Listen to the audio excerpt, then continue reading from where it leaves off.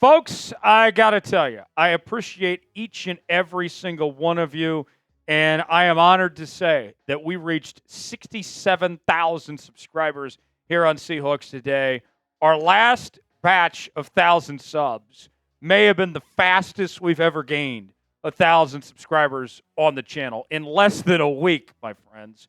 Unbelievable job. And you may be wondering, why should I subscribe and be a part of the next batch of subscribers that got us to 66,000 that are going to get us to 67 next, or to 68 next? I can't even keep up anymore, folks. We got so many new subs. Well, if you subscribe, you'll be a part of our daily news and rumors, the live shows we bring you on each and every Monday and Wednesday, Q&A rumors, mailbags, breaking news, all throughout the offseason. We are your offseason headquarters. Let's get 50 more subs off today's video. Why not? Why not us? Subscribe now for free. YouTube.com/SeahawksTV to subscribe today. We'll get started with today's show.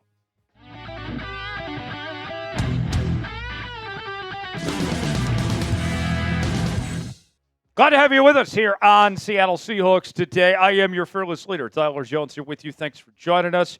The 2025 NFL Draft is in the rearview mirror. John Schneider and Mike Macdonald are still at it as they have made quite a bit of roster moves within the last 48 hours, from players getting released, getting signed, and also a fifth-year option being picked up. We'll tell you everything you need to know here on today's show. Let's go ahead and run through all the roster moves that have occurred to catch you up to speed. Charles Cross, his fifth-year option for the 2026 season, has been picked up. Historically speaking, Seattle has not done that too often with their first-round picks, but they did so this time with Charles Cross. We'll talk more about Cross coming up in a little while from right now. Michael Dowell, who reminds me of the NASCAR driver Michael McDowell, he has been released, but I would guess that there's probably a decent chance he comes back at some point in time. He's been kind of in and out for a while. Jaren Hall was released, so that means Seattle now is down to 3 quarterbacks with Sam Darnold, Jalen Milroe, and none other than Drew Lock. So that tells me that they are pretty confident with those 3 going forward from here. Jaren Hall, though, they seem to like as a practice squad guy, so same thing for him, kind of like we talked about with Michael Dowell. It doesn't mean it's completely over for him. We might see him come back at some point in time. Now, let's start with Charles Cross. Cross's option was an obvious one for Seattle. When you look at the offensive line situation, it has not been very good the last few seasons, but Charles Cross has been one of the very few bright spots about it. And outside of his second season when he was banged up, Charles Cross has played very good to start off his career, looking like one of the better left tackles in football. And I have every reason to think that he's just getting started, that the best football is still ahead for Charles Cross. And with the money that he's being paid, we'll go over the numbers here for that fifth-year option. It makes sense why you would go ahead and pick that up relative to the market of what he would go for if he were an unrestricted free agent. Some other moves that happened this week. Mike Novitsky was released. Sad to say, as a Kansas Jayhawk, but he's been released before and came back. Then Kenneth Odumegwu was also released at the defensive end spot. And we have an old friend that has made his return. Johnathan Hankins was signed in free agency. Hankins, his contract was up this past season, and he floated around in free agency, ultimately didn't get signed by anybody, and now he's back for 2025. Now, personally, I'm not a huge fan of Johnathan Hankins. If you were signing Johnathan Hankins like 3 or 4 years ago, that'd be cool. But I think he's well over the hill and past his prime. But Seattle has pretty much an urgent need when it comes to backup defensive linemen at this point. So they did what they needed to do. So of those roster moves that have occurred in the last few days, how would you grade what Seattle has done? I'll give you my grade in a moment, but want to hear from you guys first. A, B, C, D, or F. It's our pinned comment today. You might get an ad break while that ad's playing. Get your votes in and let us know what you think. My grade, I'm going to go with a B+ in all this, and I will explain a little further of why I am giving this a B+ here. I think when it's all said and done, this team was not hurt by these moves that were made. They didn't get a ton better. The best move, of course, was picking up Charles Cross's fifth-year option. But although I'm not the biggest fan of Johnathan Hankins, I can live with that signing. So you get the good with Cross. You get the not so good with Johnathan Hankins. I think a happy medium here. I think with what you did with Charles Cross outweighs the other stuff. I'll go with a B+. Let's start off with talking about Charles Cross for a second. I think Charles Cross should be here for a very long time. I am completely sold on Charles Cross. I said the day that he was drafted that I thought that he had the potential to be a Hall of Famer someday. And if we see the version that we saw in 2024 continue and build upon that, then that very well could end up happening where he's one of the best offensive tackles in all of football for a very long time.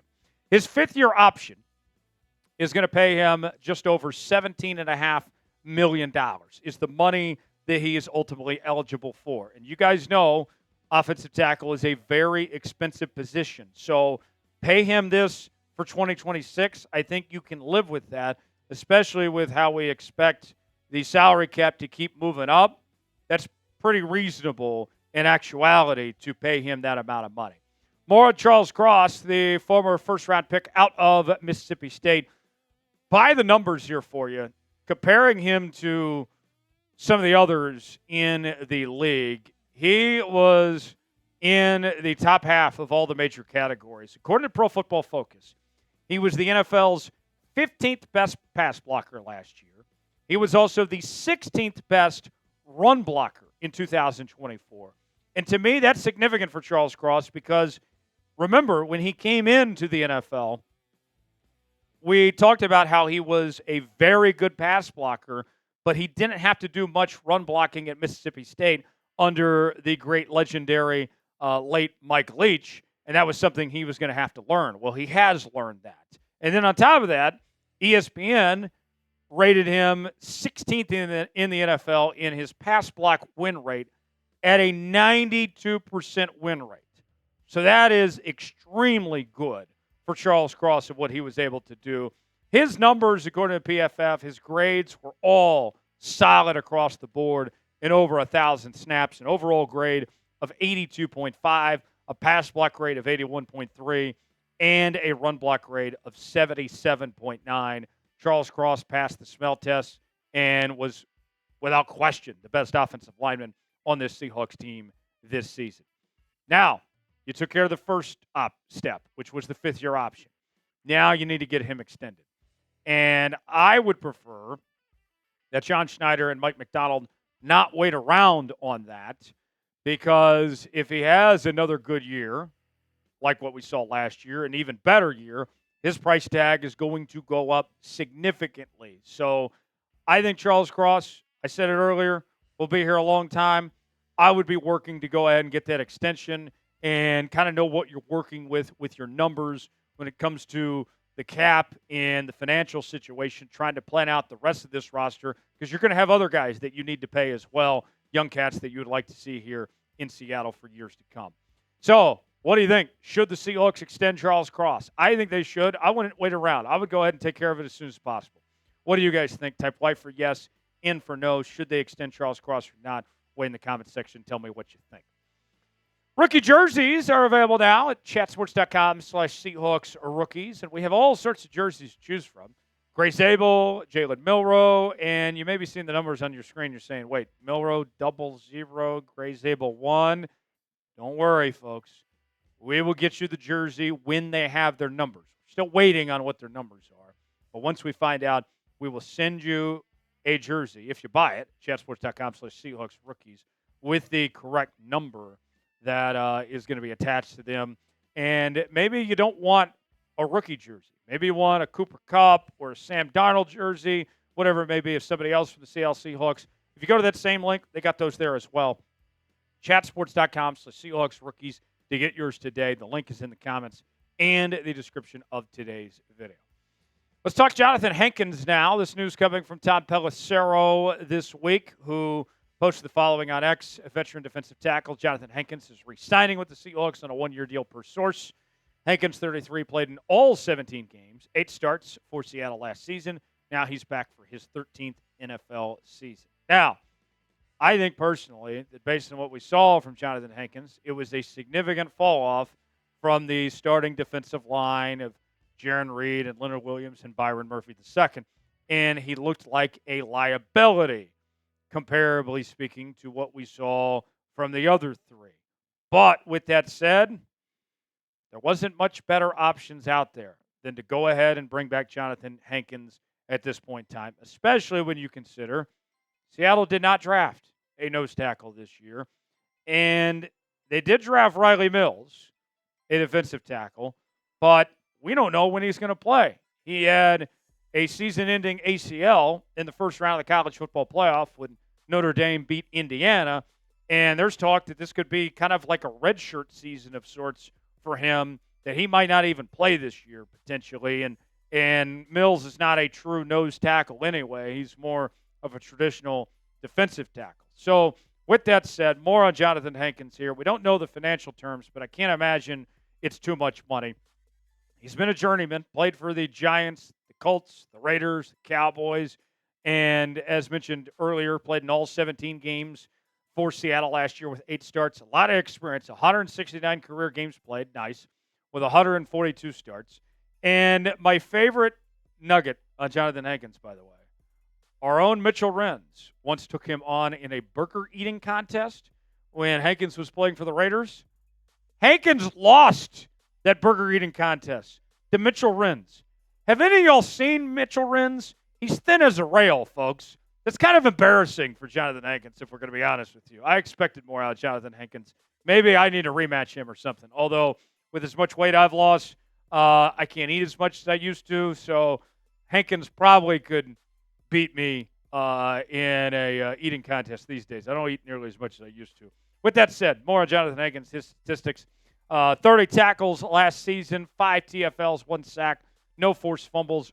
The year prior in Dallas, when he played under AD, the Seahawks defensive coordinator, who was the defensive line coach there in Dallas, he had 3 sacks, 2 TFLs, 27 tackles, and no forced fumbles. The big thing that he offers is his ability to be a run stuffer.